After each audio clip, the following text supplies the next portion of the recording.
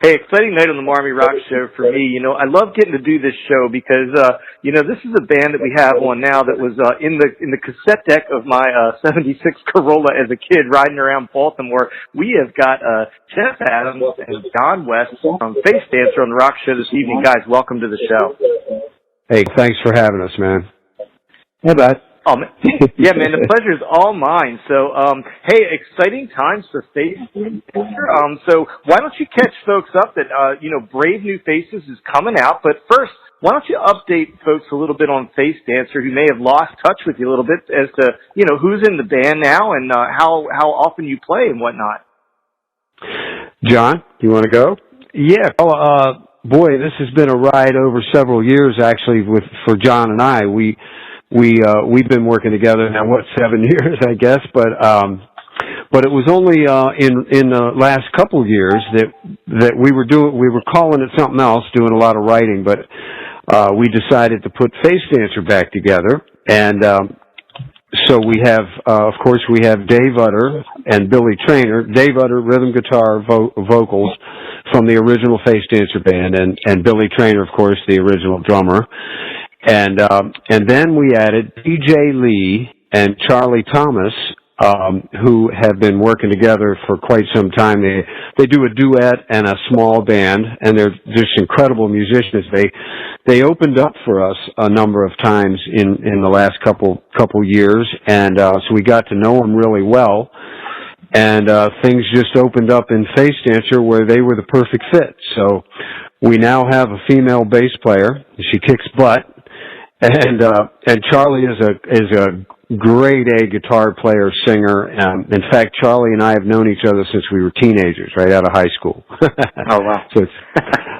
So that's the lineup now. There's 6 of us in the band, and we got it all covered, I hope.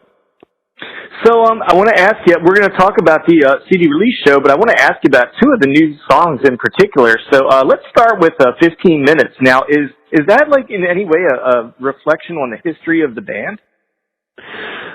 Well, that's a good one. Actually, sort of. Yeah. I mean, it's been like, a roulette wheel for us, for all of us, really. But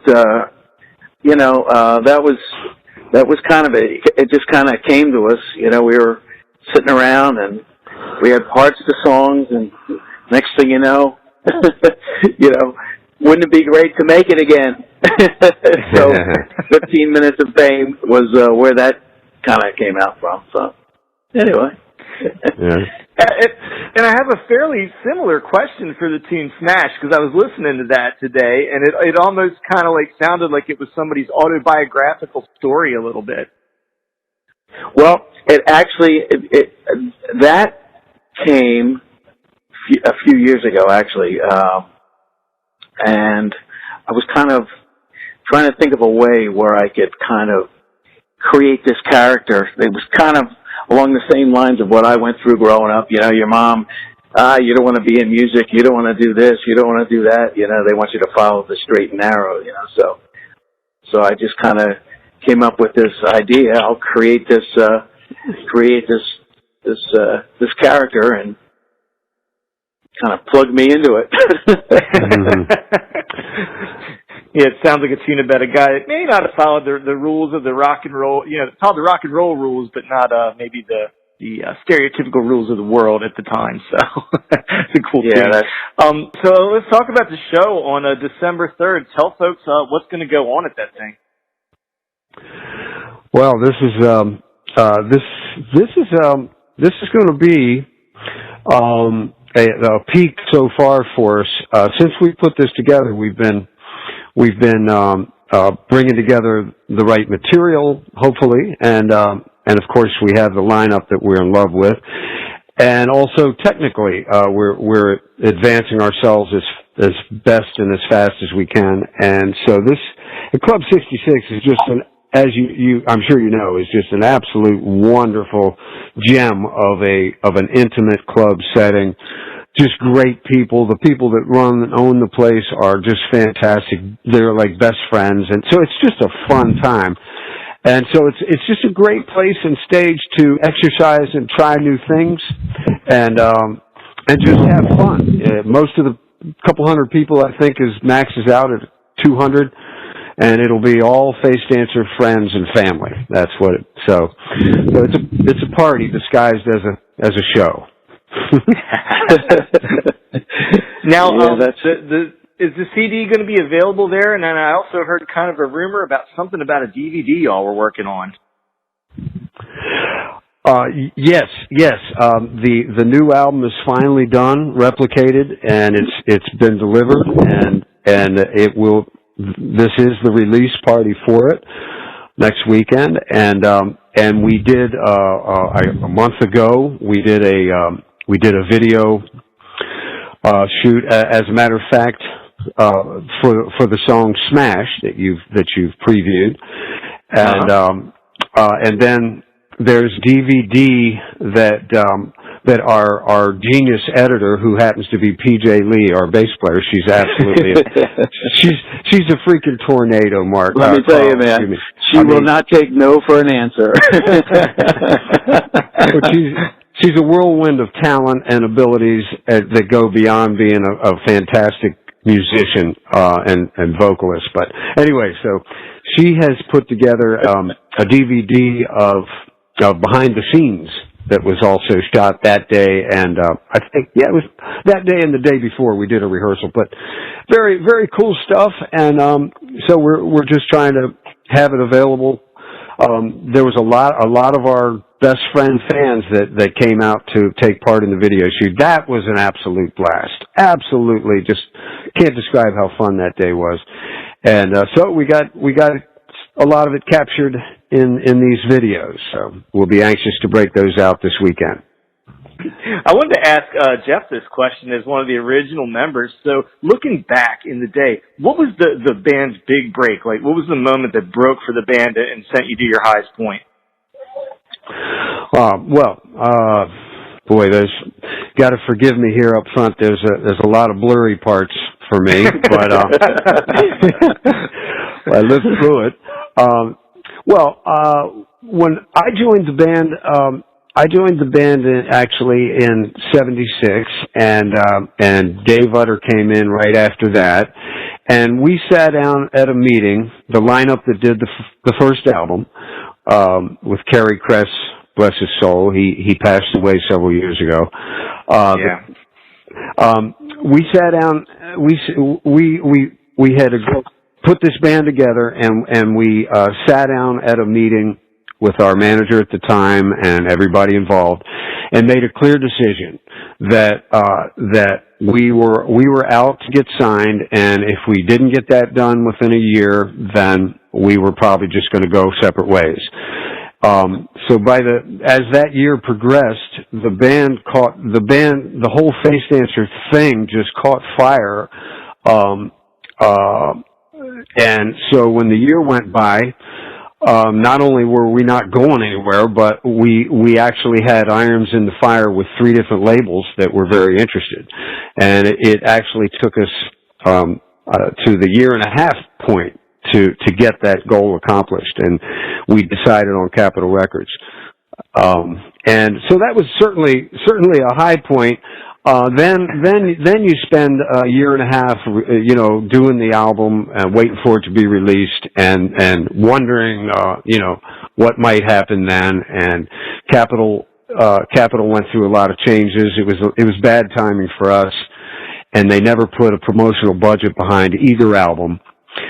We did manage, though, because we had so much going on our own, we managed to move 64,000 units of the first album. Oh, wow. And that's amazing with no budget from the Tower in LA. So that period of time was the highlight, absolutely. I mean, it was, I don't know if you were around, if you were involved in the scene then, if you were around. I was involved as a fan, as a young man working in a record store, going to all the classic Baltimore clubs, the Seagull Inn and Steel Pound and Hammerjacks, all those good places. So. Right. Oh, it was magical time, and it wasn't just Facedancer. I mean, we did have a great spark, but it was a timing thing. And John knows this real well because he was doing the same thing with his bands out of PA, right, John? Oh, you were still coming out of PA. Oh yeah, but we hit the scene around 78. Okay, 78. Yeah, you guys were right in that scene. It was a magical thing going on in the Maryland, Baltimore, Maryland area. It really was. Absolutely. The clubs, kids were able to come into clubs. The drinking age was 18, and they were probably 16 or 17.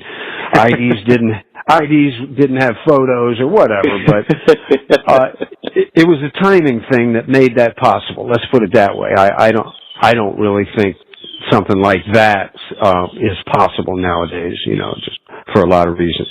But it was a magical time. So that's definitely the highlight for me. And all of the friends, people that were around the band and came to see us all the time. That's what all the reunions over the years were meant to me. That was the important part, and I'm sure all of us, so that was a highlight. Did we make a lot of money? We made a little money, and we're taken advantage of. We were the typical naive young musicians who weren't in control of the business, but it was a great ride. So I hope that answers your question a little bit. Oh, absolutely. It was cool to hear you talk about it. And just one or two more things before I let you guys go here. Listen to you talk about those magical times. Now, for folks that don't know, if they come to a Facedancer show, do we still get to hear Forever Beach and Red Shoes live? Do you still play those tunes live? Absolutely. We are, again, what I was saying earlier, we're working to put together the best show, considered, it is Facedancer first, but also, especially with John, like I said, over the last several years, we have been involved in a lot of new music, and John and I have been writing together all this time, and we believe in that. We're in love with that. But it's Facedancer, so we're put together the mixture, as best we can, and that's part of the experiment to see what works. Absolutely, we're doing Red Shoes and Forever Beach, and some of the other signature Facedancer tunes. And then of course we're doing what we feel is the strongest of the newer material. And of course this is about the new Facedancer album, which we're going to feature, So the name of that new album is Brave New Faces, and it's going to be available on December 3rd at Club 66, which is in Edgewood, Maryland. It's right off of I-95 in that corridor between D.C. and Baltimore and Philly, right up there above Baltimore. So, man, I really appreciate you guys taking the time, Jeff Adams and John West, to talk to us today. One last thing I wanted to ask you, if is the album, we have a kind of a worldwide internet audience, is it going to be available anywhere online? Do you guys have like a website or something for folks that may not be able to make the show? Yes, John, I don't know if you have more up to date details than I do, but the answer is yes, absolutely. It's just there's going to be a presence there. I'm not sure if we're going to do iTunes just yet, but we'll have it available on the site with the merchandise and everything else. And, and at the other shows that we'll be doing, there'll be a setup there too. So, but it will be available. Yeah, fantastic. So December 3rd, the release date for Brave New Faces. And hey, it's been a real pleasure talking to Jeff Adams and John West from Facedancer. Guys, I can't thank you all enough for being here on the Rock Show this evening. Oh, it's our pleasure. Saturday afternoon. Thank you. You bet, man. Anytime. No problem.